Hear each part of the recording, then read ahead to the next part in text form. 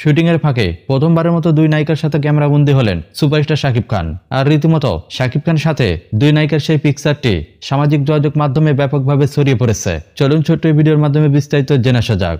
আপনারা অনেকেই জানেন ভারতের বিভিন্ন প্রদেশে চলছে শাকিব খানের তুফান সিনেমার শুটিং।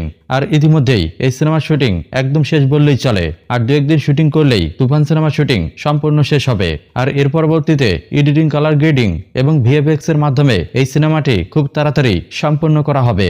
কারণ কুরবানির ঈদ আসতে আর বেশি দিন বাকি নেই, যার কারণে প্রযোজনা প্রতিষ্ঠানের পাশাপাশি পরিচালক রাহান রাফি তুফান সিনেমার জন্য তাড়াহুড়ো করছেন এবং খুব দ্রুত শুটিং এর কাজ শেষ করে অন্যান্য কাজ সম্পূর্ণ করবেন। তবে ইতিমধ্যেই তুফান সিনেমার শেষের দিকে শুটিং এর ফাঁকে খুব হাসিখুশি ভাবে শাকিব খানের দুই নায়িকা তাদের পরিচালক রাহান রাফি ও সুপারস্টার শাকিব খানের সাথে ক্যামেরাবন্দী হয়েছেন।